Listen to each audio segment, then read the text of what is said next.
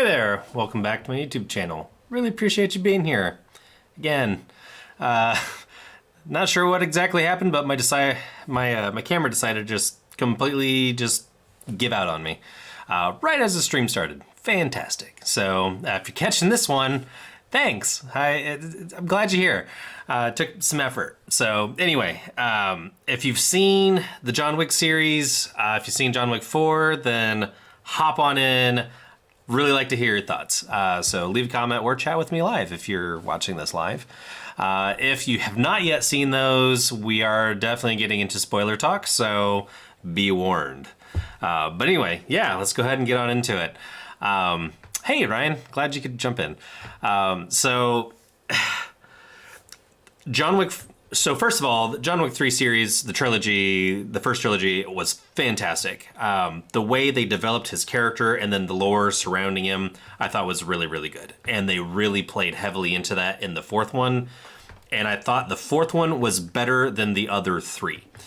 So reason for that is they leaned more heavily into the lore side. And I think it led a good opportunity for I don't know if a John Wick 5 would be in the works. So at the end of John Wick 4, when he died on the steps, okay, so first of all, that gunshot wound was totally survivable. It was a liver shot, which could kill you in like 20 minutes if you don't get it treated, but he had people all around him that knew where he was, so they could have easily treated him, and he could have easily, well, I wouldn't say easily, but he definitely could have survived that. So I'm thinking that his death may have just been a retirement, and they might bring him back for a John Wick 5, especially if you watch the end credit scene where, the Donnie Yen, Ip Man, who played, I think, Kane. I think the character's name was Kane. So Kane was finally going to go see his daughter, and the concierge of the Japanese hotel was on his way to take him out. And that was it. So I think either John Wick is going to take revenge on his buddy, or there's a fight scene that broke out because Donnie Yen's character, Kane, so I think Kane probably saw what was going to happen and then was like, no, and some stuff went down. So anyway, some different possibilities there, but that was the only loose end, quote unquote, from the fourth movie. Yeah, from the fourth movie. So they could have just addressed it as like a little like, well, we didn't forget about you, but we couldn't really divulge a whole lot of time into it. Neo from Matrix versus John Wick. Oh, who'd win? Oh, obviously Neo, because John Wick operates in a false reality.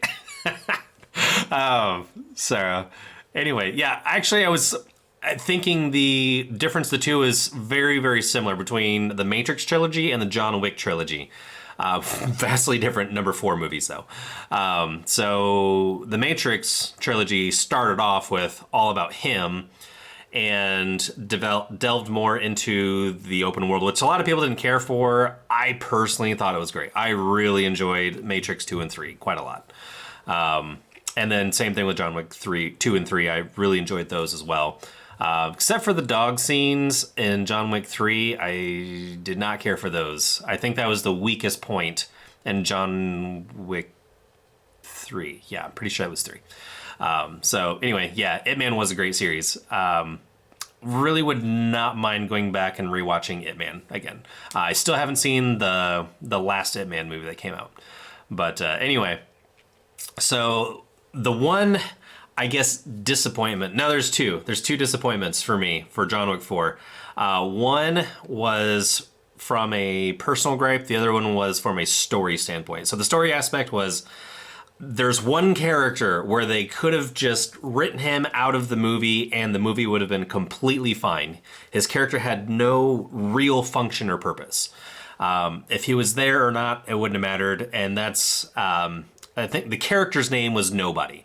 It was the black guy with the tactical lever action, which is kind of odd. And then clearly the only reason he was in the movie was to check off a box. And that box was obviously a dog. He had a dog, and his only purpose of being in the movie was he's the guy with the dog. He's the character who had the dog with him. So I know some John Wick people like them some dogs. So I guess there was that element. But like his character just felt underdeveloped or just underutilized. So you piece together when he's looking through his notebook, he's got these little drawings of his dog in the house. It's like, oh, I need to get this much money to get out. And they never explored that beyond him just looking in his book. I don't know why John Wick buried all of his equipment under his basement concrete floor. Yes, that annoyed me so bad. It's like, emergency situation, need to hurry up and get to it. That's not a great strategy. There are easier places to hide his gear that would still be hard for some others to find. Yeah, absolutely. That part also did annoy me. And then when the house collapsed on top of it, it's like, well, shoot. Like, now what am I gonna do? Yeah, they could have done so much more with the nobody. Yeah, definitely. So I think, okay, controversial topic with the nobody character. With the nobody character, they should have either not had him kill any of the other henchmen. So any of the other guys that were going after John Wick, he should not have killed any of them. Or he should have... oh gosh, what was the second thing? There's a third point, which I want to finalize on the third point. Another way to make his character better. Oh, to always keep a distance, never actually get involved in any of the fighting. That was another bit. So not kill anybody, not actually taking a stand. Or third, he should have gotten the kill shot. He should have killed John Wick at the end, like right as John Wick got to the top of the staircase, and that would have trailed into a whole other different series of events, how the fourth movie could have ended, where it would have been like, yes, absolutely, John Wick has passed, and now there's this fallout as a result of that that's going to happen, and that could have been really cool. Get the Bowery King involved, which, Lawrence Fishburne, by the way, as the Bowery King, I enjoyed every bit of him on screen. I thought he was fantastic. Same thing with, I think it was Nathan Riddick, the concierge that died at the beginning of the movie, and it was so upsetting because he actually... I'm getting Darren off track tonight. No, you're good. You're good. Actually, the whole point of doing the live stream is to have interaction, back and forth engagement. So this is great. This is exactly what I had intended for these to be. So anyway, yeah. So the whole point of the nobody character, I think, would have been better explored if he got the kill shot and then altered the route. Matrix 4 definitely... Well, I can't say it definitely sucked because I never saw it, but I heard enough people were like, dude, that was really bad. So, save me the warning. John Wick 4, the opposite of Matrix 4. It was great. So, the other thing that really bugged me... Do I have... Yeah, here we go. Okay. So, the other thing that bugged me about John Wick 4 was every time he grabbed a gun, his finger was always on the trigger, and that irritated me to no end. I was preferring a handgun because I know, yeah, this is empty. So it really, really annoyed me that every time he picked up a gun, his finger was always on the trigger. And there was one part in the third movie where he was talking and then he turned and pointed a shotgun straight at the dude's face. And then that was so painful to watch. It's like you're this next level ultra special assassin and your finger is always on the trigger of your gun. Oh, it bugged me. Especially at the end of the fourth movie with the dueling scene where he had the dueling pistols. So he's got that break top single shot pistol and he's loading, yeah, it's a Keltec KSG. It's 12 gauge, 15 round shells if one in the chamber. But it's a break top pistol. He's loading the shell, finger on the trigger. He closes it, finger still on the trigger, and he cocks the hammer back, still finger on the trigger. It's like, oh my gosh! If you had a negligent discharge with a single shot pistol in a duel, like you just gave up your ability to return fire or whatnot, all because of like a super rookie level mistake. And Keanu Reeves spent literally thousands of hours in training between all four movies, and he should have known. He should have known better than to do that. That irks me to no end. That drove me up the wall. So anyway, okay, so another rabbit hole that really bugged me with all of them. I can't really say all of them. Specifically, the third one, specifically 3 and 4.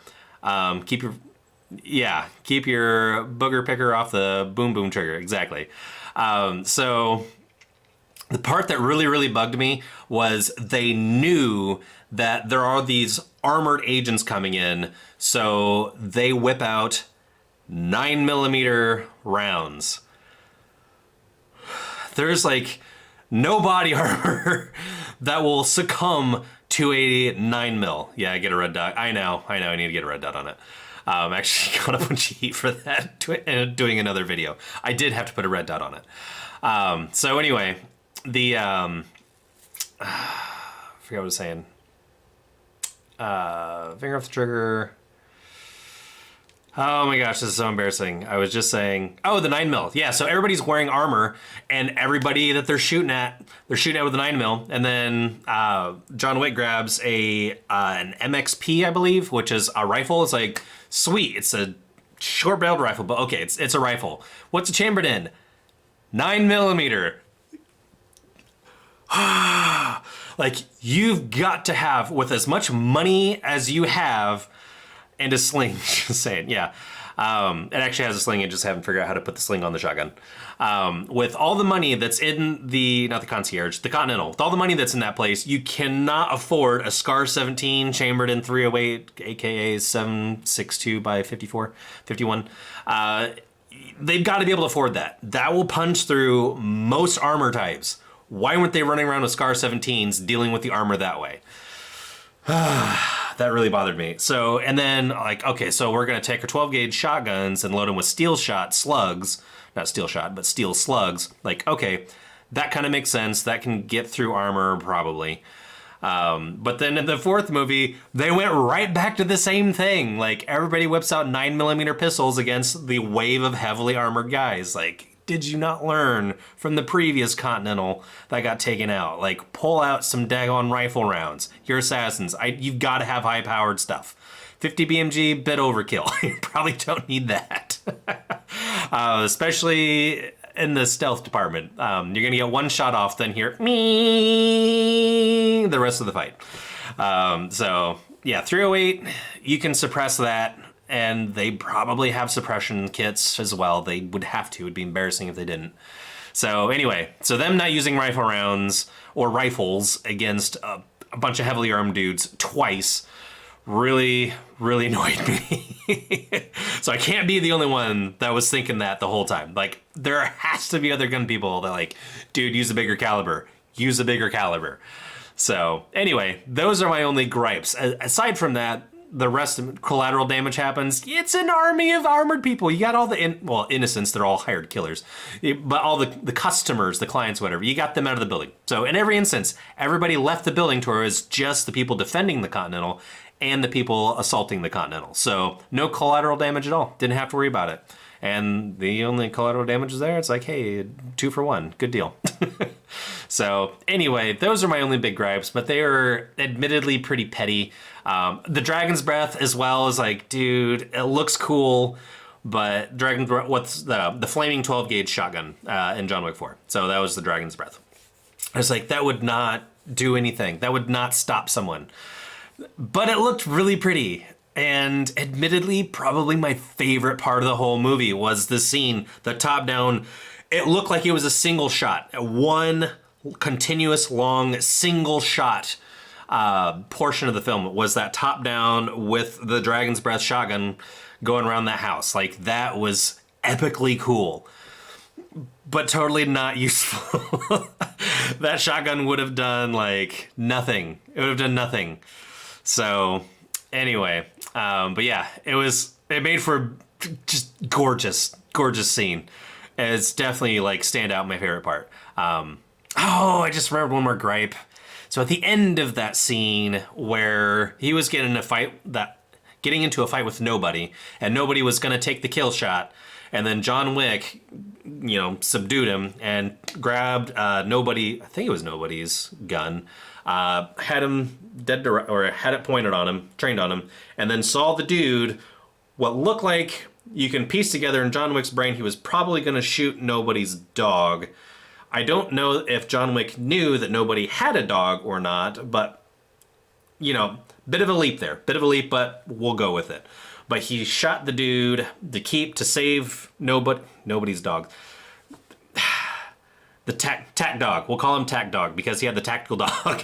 So the tack dog's life. So save the dog's life. Anyway, the part of that bothered me was the character Nobody saw John Wick switch and shoot at somebody else in the hallway, but there is clearly a doorway next to him, and behind him is where all this took place. There is no dialogue or communication of information that the character Nobody understood what had gone down, yet that was the one reason why the character Nobody spared John Wick when John Wick was going up the stairwell. So, Speed was Keanu's best movie. I never saw it. I don't know if I agree with that, though. I think John Wick is really good. In fact, I joke around like, oh, John Wick is seen in the New York subway pretending to be Keanu Reeves. So I'm sure he probably gets that too. But dude, Keanu Reeves is John Wick. It just sometimes he pretends like he's Keanu Reeves. Anyway, yeah, so that part annoyed me. That would have given more character development if there was either a communication to where the character Nobody understood what had gone down, or if he just said it out loud just to acknowledge, but it never happened. It never happened. So I had to suspend belief too much in a part.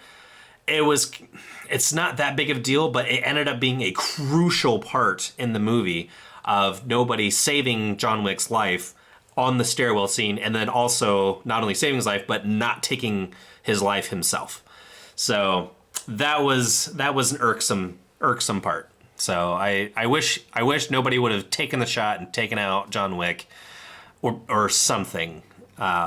So, and then it would have been a revenge movie of Donnie Yen's character Kane going after the character Nobody because his daughter's now going to get axed because John Wick didn't get to perform in the duel. So yeah. So anyway, that's all I've got. So really appreciate you watching, especially if you stayed to the end. It's already 6:20-ish. So yeah, that's all I got. So let me know your thoughts in the comments. So really appreciate you being here, and always stay classy. I'll see you in the next one, and subscribe. I need more subscribers. So I'm getting close to the number of videos as I do the number of subscribers. So please tell your friends, have them come and subscribe to the channel. Be great. I appreciate it. Thanks. All right, anyway, that's all I got. Bye for now.